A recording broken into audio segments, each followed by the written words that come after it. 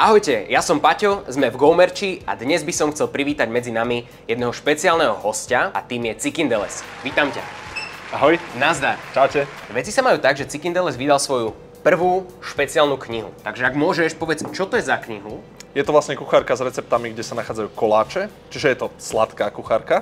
Čiže taká pekárska kniha Pekárska v podstate. kniha. No dobré, ale metalista, človek vysokého vzrastu, nie úplne mne definovaný pekár. Ako si sa k tomu dostal? Ono to začalo tým, že vlastne točil som videa, zábavné videá o mojom živote alebo o tom, ako som prechádzal vlastne, ako som sa dostal k metalovej hudbe. A ja som robil takú vec, že skoro v každom videu som jedol nejaký koláčik. A ľudia sa ma pýtali, že odkiaľ tie koláče beriem. Tak ja som sa rozhodol jedného dňa, že ja skúsim nejaký ten koláč upiecť. Aj keď som bol úplný antitalent, alebo teda nemal som k tomu žiadny vzťah, nikdy som nepiekol, tak som sa rozhodol, že ja to skúsim spraviť a rovno na video. Spravil som, vyšlo to. Doma to chutilo, ľuďom sa recept páčil a veľmi prudký spád to nabralo a začalo to. To bolo vlastne niečo vyše roka dozadu. Dobre, dnes si ale prišiel robiť niečo špeciálne s tou knihou. Piecť? Piecť. To znamená, že v tomto videu uvidíte recept z tejto knižky. Vieš nejako akože týznúť názov tohto receptu?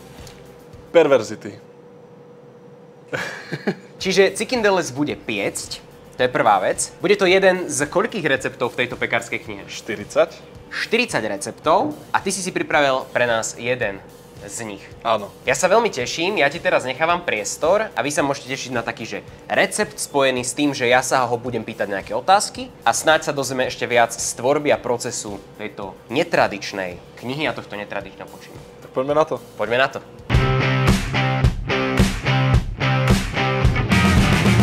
Takže ako môžete vidieť, už som tu stal sám. Poďme si ešte niečo povedať k tomu pripravovanému receptu a môžeme ísť na to. Recept vznikol ako nápad na využitie zbytkov piškotového cesta, čiže keď robíte, dajme tomu nejakú tortu alebo čokoľvek a ostane vám kus toho piškotového cesta, tak to viete využiť takto. Skombinoval som ho s aromatickým alkoholom, ideálne keď použijete nejaký bylinný likér, ktorý je silnejší. Čo je najlepšie na tomto recepte je to, že ho nemusíte piecť. Pretože vám stačí už upečené piškotové cesto. Ako môžete vidieť, upieklo sa samé. Ja vám však nadiktujem ingrediencie, ktoré potrebujeme na 100 g tohto piškotového cesta a už si to potom jednoducho vypočítate podľa toho, koľko vám toho cesta ostalo. Na 100 g cesta potrebujeme 70 g masla, 20 g strúhaného kokosu, polievkovú lyžicu čierneho kaká, 10 g mletých vlašských orechov, 40 ml bylinného likéru a na polevu 50 g čokolády na varenie, 50 g masla a prípadne cukríky alebo drobné ovocie na dozdobenie. Ingrediencie máme nachystané a môžeme prejsť samotnej príprave receptu. Ako prvé si rozdrobíme piškotové cesto. Ako si sa dostal k tomu, že vytvoríš pekárskú knihu? Ten nápad vznikol predovšetkým od ľudí, ktorí sledujú moju tvorbu. Ja som to v začiatku bral, tak by som povedal, že na ľahkú váhu, alebo som sa na tom iba tak zasmial, že ja napísať kuchárskú knihu. No a postupne ako pribúdali tie recepty a zisťoval som, že aj vlastne ľudia ich reálne skúšajú, tak som nad týmto nápadom začal čoraz viac uvažovať, až sme sa dostali do momentu, že ideme do toho. Vedel si úplne od začiatku, že chceš, aby bola z toho temná pekárska kniha? Tento nápad prišiel až neskôr, ale ja som od začiatku hlavne používal temné kakao a temnú čokošku, ako by Starka povedala. Takže nejaký nápad tam bol, ale do tej podoby, v akej ju môžete vidieť, som ju dal až niekedy tesne predtým, ako som začal písať. Čiže mnoho receptov, ktoré sa tam nachádzajú, sú skutočne temné. Fotografie jednotlivých koláčov sú taktiež úplne temné. A za čo môže moja manželka, ktorá je svadobná fotografka a v tej najväčšej sezóne, kedy mala najviac svadieb a najviac roboty, tak ja som ju otravoval s tým, že potrebujem každý večer fotiť 2 hodiny alebo 3 hodiny koláče. Takže veľké ďakujem. A aby to nebolo všetko, tak v podstate tým, že sa tie koláče volajú po metalových kapelách, tak je aj tam trošku temnoty v tých úvodoch. A graficky to dotvorila Livka z GoMerchu, ktorá tomu úplne dodala gule. V prípade, ak máte celé orechy ako ja, tak ich najprv pomeliete. Pridáme orechy, kokos, temné kakao, maslo. Teraz ručne vypracujeme cesto. Viete, aké majú ruky? Potom to. Kámo. Postupne prilievame likér, buď podľa receptu, alebo každý podľa uvaženia. Teraz to má tú vôňu. Dám tam ešte. Nie, ono teraz to chytí takú úplne... Ježišmaria, mňam. To tam nedávaj. Keď máme cesto vymiesené, otrhneme si z neho menšiu časť a v dlaniach spravíme guľku. Ktorý je tvoj najobľúbenejší koláč z pekárskej knihy? Najobľúbenejší, ktorý najradšej jem, je Immortal. Ja vám viac neprezradím. A najobľúbenejší, ktorý najradšej pečiem, je Alestorn. A teraz skúste hádať, že ktorý je ktorý. Alebo si kúpte knihu a uvidíte. Celkovo mám najradšej recepty, ktoré sú takejto farby.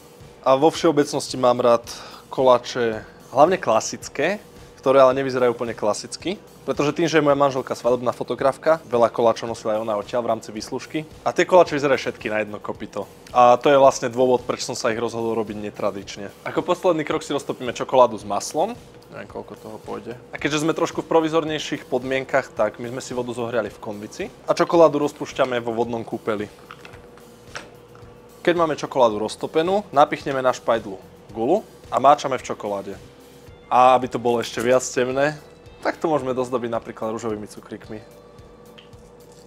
A takto pripravené gule vložíme do chladničky aspoň na 30 minút, aby stuhla čokoláda. Takže, gule som vybral z chladničky.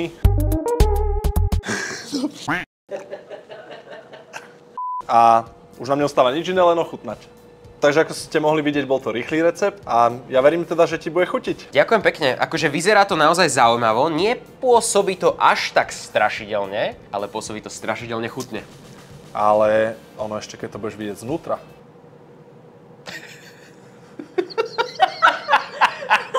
No dobre. Budeš si musieť asi trošku tak oddeliť. Tak ja si oddelím túto, tá vyzerá byť taká... No mne rozpadla. Na polovicu. Nepodarilo sa mi to zobrať úplne krásne, pretože je studená.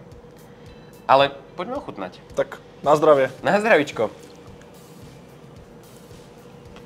Ty kokšo. Píše. Toto je banger. Čiže takéto recepty môžu nájsť ľudia v tejto tvojej pekárskej knihe. A kde si ho môžu tvoji fanúšici alebo ľudia, ktorých zaujalo toto tvoje kulinárske umenie, kde si ho môžu kúpiť? Objednať si môžete na kostolikmerch.sk a zároveň si k nej môžete dokúpiť aj doplnkový sortiment, ako napríklad zástery, chňapky a veľa rôzneho iného. Utierky. Toto je banger. Toto je banger a tá kniha zmení život. Sladký život nejednému človeku. Pravdepodobne k horšiemu. A toto bolo všetko z dnešného videa s Cikindelesom. My vám veľmi pekne ďakujeme, že ste sa dopozerali až sem. A dúfam, že mi budete teda posielať fotky vašich receptov, ktoré upečiete z tejto knihy. Je to tak? Sú skvelé. Ďakujeme. Čaute. Ahojte.